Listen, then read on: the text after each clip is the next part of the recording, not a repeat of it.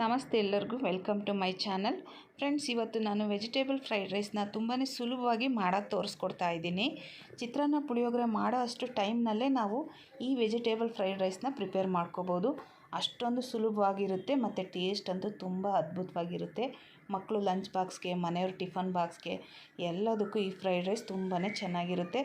ಅದು ಅಲ್ಲದೆ ಈ ಫ್ರೈಡ್ ರೈಸಲ್ಲಿ ತುಂಬಾ ತರಕಾರಿ ಸೇರಿಸಿರೋದ್ರಿಂದ ಆರೋಗ್ಯಕ್ಕಂತೂ ತುಂಬಾ ಒಳ್ಳೆಯದಾಗಿರುತ್ತೆ. ಮಕ್ಕಳು, ಮನೆಯವರು ಎಲ್ಲರೂ ಖುಷಿಯಾಗಿ ಈ ಫ್ರೈಡ್ ರೈಸ್ನ ತಿಂತಾರೆ. ಒಂದು ಸರಿ ನಾನು ಮಾಡಿರೋ ಈ ವಿಧಾನದಲ್ಲಿ ನೀವು ಈ ಫ್ರೈಡ್ ರೈಸ್ನ ಮಾಡಿ ನೋಡಿ. ಅದಕ್ಕೂ ಮೊದಲು ನನ್ನ ಚಾನಲ್ನ ಸಬ್ಸ್ಕ್ರೈಬ್ ಮಾಡಿಲ್ಲ ಅಂದರೆ ಪ್ಲೀಸ್ ಒಂದು ಸಬ್ಸ್ಕ್ರೈಬ್ ಮಾಡ್ಕೊಳ್ಳಿ.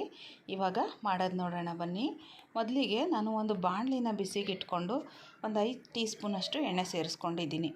ಎಣ್ಣೆ ಬಿಸಿ ಆದಮೇಲೆ ಇದಕ್ಕೆ ಒಂದು ದಪ್ಪದ ಈರುಳ್ಳಿ ಹಾಗೆ 3-4 ಹಸಿಮೆಣಸಿನ್ಕಾಯಿನ ಉದ್ದುದ್ದಕ್ಕೆ ಹೆಚ್ಚಿಬಿಟ್ಟು ಹಾಕ್ಕೊಳ್ತಾ ಇದ್ದೀನಿ.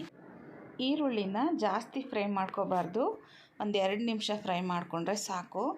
ಈ ನಾನ್ ವೆಜ್ಗೆಲ್ಲ ಫ್ರೈ ಮಾಡ್ತೀವಲ್ಲ, ಈಗ ಬ್ರೌನ್ ಕಲರ್ ಬರೋವರೆಗೂ ಆ ರೀತಿ ಎಲ್ಲ ಮಾಡ್ಕೋಬಾರ್ದು. ಒಂದು 2 ನಿಮಿಷ ಸ್ವಲ್ಪ ನೋಡಿ ಈ ರೀತಿ ಟ್ರಾನ್ಸ್ಲೂಸೆಂಟ್ ಆದರೆ ಸಾಕು. ಇವಾಗ ಇದಕ್ಕೆ 1 ಟೀ ಸ್ಪೂನಷ್ಟು ಶುಂಠಿ ಬೆಳ್ಳುಳ್ಳಿ ಪೇಸ್ಟ್ನ ಹಾಕ್ಕೊಳ್ತಾ ಇದ್ದೀನಿ. ಫ್ರೈಡ್ ರೈಸ್ಗೆ ಶುಂಠಿ ಬೆಳ್ಳುಳ್ಳಿ ಪೇಸ್ಟು ತುಂಬಾ ರುಚಿ ಕೊಡುತ್ತೆ. 1 ಟೀ ಸ್ಪೂನಷ್ಟು ಸಾಕು. ನಾನಿವತ್ತು ಫ್ರೈಡ್ ರೈಸ್ನ 4 ಜನಕ್ಕೆ ಆಗೋಷ್ಟು ಮಾಡ್ತಾಯಿದ್ದೀನಿ. ಆ ಮೆಷರ್ಮೆಂಟಲ್ಲೇ ನಿಮಗೆ ತೋರಿಸ್ಕೊಡ್ತಾ ಇದ್ದೀನಿ. 1 ಟೀ ಸ್ಪೂನಷ್ಟು ಶುಂಠಿ ಬೆಳ್ಳುಳ್ಳಿ ಪೇಸ್ಟ್ ಹಾಕಿದ ಮೇಲೆ 1 ನಿಮಿಷ ಚೆನ್ನಾಗಿ ಘಮ ಬರೋವರೆಗೂ, ಹಸಿ ವಾಸನೆ ಹೋಗೋವರೆಗೂ ಇದು ಫ್ರೈ ಮಾಡ್ಕೋಬೇಕು.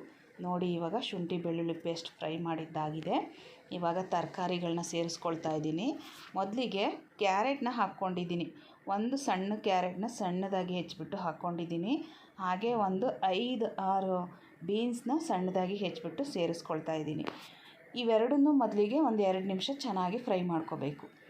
ಕ್ಯಾರೆಟು, ಬೀನ್ಸು ಎರಡೂ ಸ್ವಲ್ಪ ಗಟ್ಟಿ ಇರೋದ್ರಿಂದ ಒಂದು 2 ನಿಮಿಷ ಇದನ್ನು ಹೈ ಫ್ಲೇಮ್ ಇಟ್ಟು ಫ್ರೈ ಮಾಡ್ಕೊಳ್ಳಿ.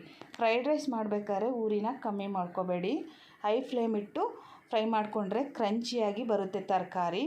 ಮೆತ್ತಗೆ ಮಾತ್ರ ಮಾಡ್ಕೋಬಾರ್ದು. ಫ್ರೈಡ್ ರೈಸಲ್ಲಿ ಯಾವಾಗಲೂ ತರಕಾರಿಗಳು ಒಂದು ಅರ್ಧ ಭಾಗ ಮಾತ್ರ ಬೆಂದಿರಬೇಕು. ಪೂರ್ತಿಯಾಗಿ ಮೆತ್ತಗೆ ಬೇಯಿಸ್ಕೋಬಾರ್ದು. ಪೂರ್ತಿಯಾಗಿ ಬೆಂದರೆ ಫ್ರೈಡ್ ರೈಸ್ ಟೇಸ್ಟ್ ಚೆನ್ನಾಗಿ ಬರಲ್ಲ. ನೋಡಿ, ಬೀನ್ಸು, ಕ್ಯಾರೆಟು ಇಷ್ಟು ಬೆಂದರೆ ಸಾಕು. ಇವಾಗ ಬೇರೆ ತರಕಾರಿಗಳನ್ನ ಸೇರಿಸ್ಕೊಳ್ತಿದ್ದೀನಿ. ನಾನಿಲ್ಲಿ ಒಂದು ಸಣ್ಣ ಸೈಜ್ ಕ್ಯಾಪ್ಸಿಕಮ್ನ ಸಣ್ಣದಾಗಿ ಉದ್ದುದ್ದಾಗಿ ಹೆಚ್ಚಿಬಿಟ್ಟು ಹಾಕ್ಕೊಳ್ತಾ ಇದ್ದೀನಿ. ಹಾಗೆಯೇ 1 ಕಪ್ಪಷ್ಟು ಕ್ಯಾಬೇಜ್ ಕೂಡ ಉದ್ದುದ್ದಾಗಿ ಹೆಚ್ಚಿಬಿಟ್ಟು ಹಾಕ್ಕೊಳ್ತಾ ಇದ್ದೀನಿ. ಆಮೇಲೆ 1 ಕಪ್ಪಷ್ಟು ಸ್ಪ್ರಿಂಗ್ ಆನಿಯನ್ ತೊಗೊಂಡಿದ್ದೀನಿ. ಇದರಲ್ಲಿ ಒಂದು 1/4 ಭಾಗ ಎತ್ತಿಟ್ಕೊಂಡು ಮಿಕ್ಕಿದ್ದೆಲ್ಲ ಇವಾಗ ಹಾಕ್ಕೊಳ್ತಾ ಇದ್ದೀನಿ. ಅದನ್ನು ಲಾಸ್ಟಿಗೆ ನಾನು ಹಾಕ್ಕೊಳ್ತೀನಿ. ಯಾಕಂದರೆ ಸ್ಪ್ರಿಂಗ್ ಆನಿಯನ್ ಟೇಸ್ಟು ಫ್ರೈಡ್ ರೈಸ್ನಲ್ಲಿ ತುಂಬಾ ರುಚಿ ಕೊಡುತ್ತೆ. ಅದಕ್ಕೋಸ್ಕರ ಲಾಸ್ಟಲ್ಲಿ ಹಾಕ್ಕೊಳ್ತೀನಿ. ಇಷ್ಟು ತರಕಾರಿನೂ ಒಂದು 2 ನಿಮಿಷ ಹೈ ಫ್ಲೇಮ್ ಇಟ್ಟು ಚೆನ್ನಾಗಿ ಬೇಯಿಸ್ಕೋಬೇಕು. ಇದಕ್ಕಿವಾಗ 1 ಕಪ್ಪಷ್ಟು ಬೇಯಿಸಿರೋದು ಸ್ವೀಟ್ ಕಾರ್ನ ಹಾಕ್ಕೊಳ್ತಾ ಇದ್ದೀನಿ. ಸ್ವೀಟ್ ಕಾರ್ನ್ ಹಾಕಿದರೆ ಮಕ್ಕಳು ತುಂಬಾ ಇಷ್ಟಪಟ್ಟು ಫ್ರೈಡ್ ರೈಸ್ನ ತಿಂತಾರೆ. ಅದಕ್ಕೋಸ್ಕರ 1 ಕಪ್ಪಷ್ಟು ಬೇಯಿಸಿರೋ ಸ್ವೀಟ್ ಕಾರ್ನ್ ಹಾಕ್ಕೊಂಡಿದ್ದೀನಿ. ಇವಾಗಲೇ ತರಕಾರಿಗಳಿಗೆಲ್ಲ ಉಪ್ಪು ಚೆನ್ನಾಗಿ ಹತ್ಕೋಬೇಕು. ಅದಕ್ಕೋಸ್ಕರ ಇವಾಗಲೇ ಉಪ್ಪನ್ನು ಕೂಡ ಹಾಕ್ಕೊಂಡು ಚೆನ್ನಾಗಿ ಇದನ್ನು ಫ್ರೈ ಮಾಡ್ಕೋಬೇಕು. ಒಂದು 2 ನಿಮಿಷ ಫ್ರೈ ಮಾಡ್ಕೊಳ್ಳಿ. ಉಪ್ಪು ಎಲ್ಲ ತರಕಾರಿಗೂ ಹಿಡ್ಕೊಳ್ಳುತ್ತೆ. ನೋಡಿ, ಎಷ್ಟು ಕಲರ್ಫುಲ್ಲಾಗಿ ಕಾಣಿಸ್ತಾ ಇದೆ ತರಕಾರಿ. ಇವಾಗ ಇದಕ್ಕೆ 1 ಟೇಬಲ್ ಸ್ಪೂನಷ್ಟು ಸೋಯಾ ಸಾಸ್ ಹಾಕ್ಕೊಳ್ತಾ ಇದ್ದೀನಿ. ಹಾಗೆ 1 ಟೇಬಲ್ ಸ್ಪೂನಷ್ಟು ವೆನಿಗರ್ ಹಾಕ್ಕೊಳ್ತಾ ಇದ್ದೀನಿ. ಸೋಯಾ ಸಾಸ್, ವೆನಿಗರ್ ಇಲ್ಲ ಅಂತ ಅಂದರೆ ನೀವು 1 ಟೀ ಸ್ಪೂನಷ್ಟು ಗರಂ ಮಸಾಲ, ಒಂದು ಅರ್ಧ ನಿಂಬೆಹಣ್ಣು ಹಾಕ್ಕೊಳ್ಳಿ. ಟೇಸ್ಟ್ ಅಂತೂ ಇನ್ನೂ ಚೆನ್ನಾಗಿರುತ್ತೆ. ಸಾಸ್ ಇಲ್ಲದಿದ್ದರೂ ನಾವು ಈ ವೆಜಿಟೇಬಲ್ ಫ್ರೈಡ್ ರೈಸ್ನ ಮಾಡ್ಕೋಬೋದು. ಇವಾಗ ಇದನ್ನು ಚೆನ್ನಾಗಿ ಮಿಕ್ಸ್ ಮಾಡ್ಕೊಂಡಾದಮೇಲೆ ಅನ್ನ ಸೇರಿಸ್ಕೊಳ್ತಾ ಇದ್ದೀನಿ. ನಾನು ಮೊದಲೇ 2 ಲೋಟ ಅಕ್ಕಿನ ಬೇಯಿಸಿಬಿಟ್ಟು ತಣ್ಣಗಾಗೋದಕ್ಕೆ ಬಿಟ್ಟಿದ್ದೆ. ಅನ್ನ ಮಾಡ್ಕೋಬೇಕಾದ್ರೇ ಉದುದ್ರಾಗಿ ಅನ್ನ ಮಾಡ್ಕೋಬೇಕು.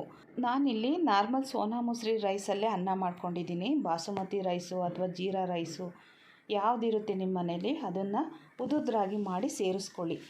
ತರಕಾರಿ ಬೇಯೋವರೆಗೂ ಹೈ ಫ್ಲೇಮಲ್ಲಿ ಉರಿ ಇಡಬೇಕು. ತರಕಾರಿ ಎಲ್ಲ ಬೆಂದು ಅನ್ನ ಸೇರಿಸ್ಬೇಕಾದ್ರೆ ಮಾತ್ರ ಉರಿನ ತುಂಬ ಕಮ್ಮಿಲಿಟ್ಕೊಂಡು ಅನ್ನನ ಮಿಕ್ಸ್ ಮಾಡ್ಕೊಳ್ಳಿ. ನೋಡಿ, ಅನ್ನ ತರಕಾರಿ ಎಲ್ಲ ಚೆನ್ನಾಗಿ ಮಿಕ್ಸ್ ಆಗಿದೆ. ಫ್ರೈಡ್ ರೈಸ್ ಅಂದರೆ ಮೇಯ್ನ್ ಪೆಪ್ಪರ್ ಪೌಡರು. ಇವಾಗ ಇದನ್ನು ಹಾಕ್ಕೋಬೇಕು. ಎಲ್ಲ ಮಿಕ್ಸ್ ಮಾಡಿ ಆದಮೇಲೆ ಪೆಪ್ಪರ್ ಪೌಡ್ರನ್ನ ಹಾಕ್ಕೋಬೇಕು. ನಾನಿಲ್ಲಿ 1.5 ಟೀ ಸ್ಪೂನಷ್ಟು ಪೆಪ್ಪರ್ ಪೌಡ್ರನ್ನ ಹಾಕ್ಕೊಂಡಿದ್ದೀನಿ. ಮೊದಲೇ ಹಸಿಮೆಣಸಿನ್ಕಾಯಿ ಕೂಡ ಸೇರಿಸಿರೋದ್ರಿಂದ ಇಷ್ಟು ಅನ್ನಕ್ಕೆ 1.5 ಟೀ ಸ್ಪೂನಷ್ಟು ಪೆಪ್ಪರ್ ಪೌಡ್ರ್ ಸಾಕು. ನಿಮಗೆ ಖಾರ ಜಾಸ್ತಿ ಬೇಕು ಅಂದರೆ ಇನ್ನೊಂದು ಅರ್ಧ ಟೀ ಸ್ಪೂನ್ ಹಾಕ್ಕೊಂಡು ಚೆನ್ನಾಗಿ ಮಿಕ್ಸ್ ಮಾಡಿಕೊಂಡ್ರೆ ನೋಡಿ ನಮ್ಮ ವೆಜ್ ಫ್ರೈಡ್ ರೈಸ್ ರೆಡಿ ಆಗುತ್ತೆ. ಬೆಳಗಿನ ಬ್ರೇಕ್ಫಾಸ್ಟ್ಗೆ ಏನು ಮಾಡಬೇಕು ಅಂತ ನಿಮಗೆ ಟೆನ್ಷನ್ ಇದ್ದರೆ ಸಡನ್ನಾಗಿ ಈ ಒಂದು ಫ್ರೈಡ್ ರೈಸ್ನ ಮಾಡ್ಕೋಬೋದು. ಮನೆಯಲ್ಲಿ ಸೋಯಾ ಸಾಸ್ ಅಥವಾ ವೆನಿಗರ್ ಇಲ್ಲ ಅಂತ ಅಂದರೆ ನೀವು ಗರಂ ಮಸಾಲ ಮತ್ತು ನಿಂಬೆಹಣ್ಣು ಯೂಸ್ ಮಾಡಿ ಈ ಫ್ರೈಡ್ ರೈಸ್ನ ಮಾಡಿ ನೋಡಿ, ಅದು ಕೂಡ ಟೇಸ್ಟ್ ತುಂಬ ಚೆನ್ನಾಗಿ ಬರುತ್ತೆ. ನೋಡಿ ಇವಾಗ ನಮ್ಮ ವೆಜ್ ಫ್ರೈಡ್ ರೈಸ್ ರೆಡಿ ಆಗಿದೆ. ಇವಾಗ ಸರ್ವ್ ಮಾಡೋಣ. ಬೆಳಗಿನ ಬ್ರೇಕ್ಫಾಸ್ಟ್ಗಾಗಲಿ ಮಧ್ಯಾಹ್ನ ಲಂಚ್ಗಾಗಲಿ ಈ ವೆಜ್ ಫ್ರೈಡ್ ರೈಸ್ನ ಸಡನ್ನಾಗಿ ನೀವು ಪ್ರಿಪೇರ್ ಮಾಡಿ, ಎಲ್ಲರೂ ಇಷ್ಟಪಟ್ಟು ತಿಂತಾರೆ. ಮಕ್ಕಳು ಲಂಚ್ ಬಾಕ್ಸ್ಗಂತೂ ಒಳ್ಳೆ ರೆಸಿಪಿ ಇದು. ಒಂದು ಸರಿ ಈ ವಿಧಾನದಲ್ಲಿ ನೀವು ಕೂಡ ಟ್ರೈ ಮಾಡ್ತೀರಾ ಅಂದ್ಕೊಂಡು ಈ ವಿಡಿಯೋನ ಇಲ್ಲಿಗೆ ಮುಗಿಸ್ತಾ ಇದ್ದೀನಿ. ಏನಾದರೂ ಇದ್ದರೆ ಕಮೆಂಟ್ ಬಾಕ್ಸಲ್ಲಿ ಕಮೆಂಟ್ ಮಾಡಿ. ಫ್ರೆಂಡ್ಸ್, ಈ ವಿಡಿಯೋ ಇಷ್ಟ ಆಗಿದ್ದರೆ ಪ್ಲೀಸ್ ಒಂದು ಲೈಕ್ ಮಾಡಿ, ಶೇರ್ ಮಾಡಿ, ಹಾಗೆ ನನ್ನ ಚಾನಲ್ನ ಸಬ್ಸ್ಕ್ರೈಬ್ ಮಾಡಿ. Thank you for watching.